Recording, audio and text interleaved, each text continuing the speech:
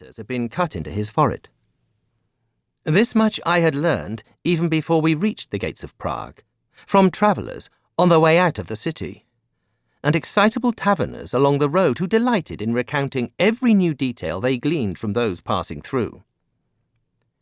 His name was Zygmunt Bartos, and he had been the Emperor Rudolf's current favourite among the legions of scryers, distillers, prophets, conjurers, stargazers, physicians and mountebanks, who toiled inside and outside the walls of the great castle on the hill, all vying to be the first to succeed in presenting the Emperor with his heart's desire, the philosopher's stone.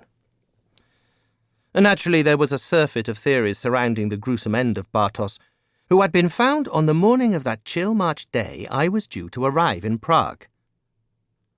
The Ides of March, as it happened, the old Roman deadline for the settling of debts.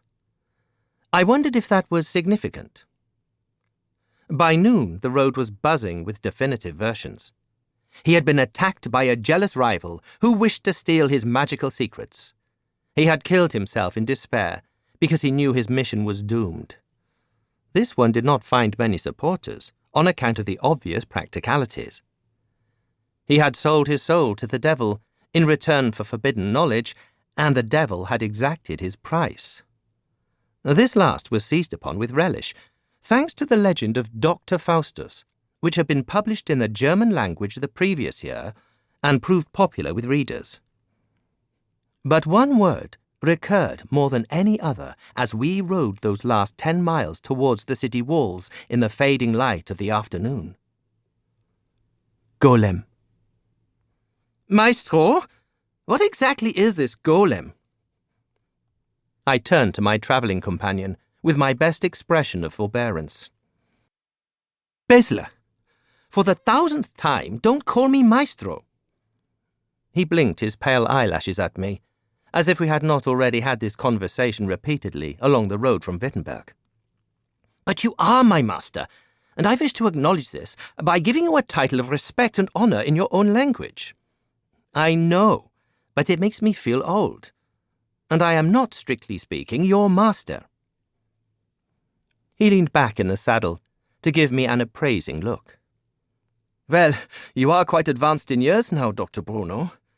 When you do not shave for 2 days, there are flecks of silver in your beard, more than a few.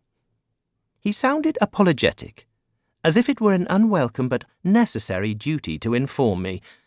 In any case, I have chosen you to be my master, and therefore you are so. I'm 39, Bestseller. I ran my hand across my chin, piqued. And that is a quirk, shall we say, of Italian colouring. It's nothing to do with age. At least I can grow a beard. His eyes widened, as if I had struck him, and his head dropped. He fell silent, and I smiled to myself. Bestseller was 22, with those fair Germanic looks that meant he appeared barely 16, and needed to shave once a month at most, a shortcoming which made him acutely sensitive. I should not have mocked him. At his age, I recalled, I too had regarded anyone over 30 as half in their grave. You have really never heard of the golem? I asked, to change the subject. He perked up. I know only that it is some kind of Jewish monster. Not a monster, a creature, like a man, but fashioned from clay, as God made Adam. Only a great rabbi steeped in the secrets of the Kabbalah can breathe life into it by performing certain rituals and incantations. Then he must carve the word emet, truth, on the golem's forehead, and it will obey its master in everything. But on the Sabbath he must erase the word from the creature's head, so that it can rest according to the law. I shifted position in the saddle and lowered my voice for effect. The story goes that once, on Sabbath Eve, a rabbi had begun to erase the word, but was called away after the first letter, leaving the word met, Hebrew for death. The creature went on the rampage, destroying everything in its path, until at the last moment the rabbi was...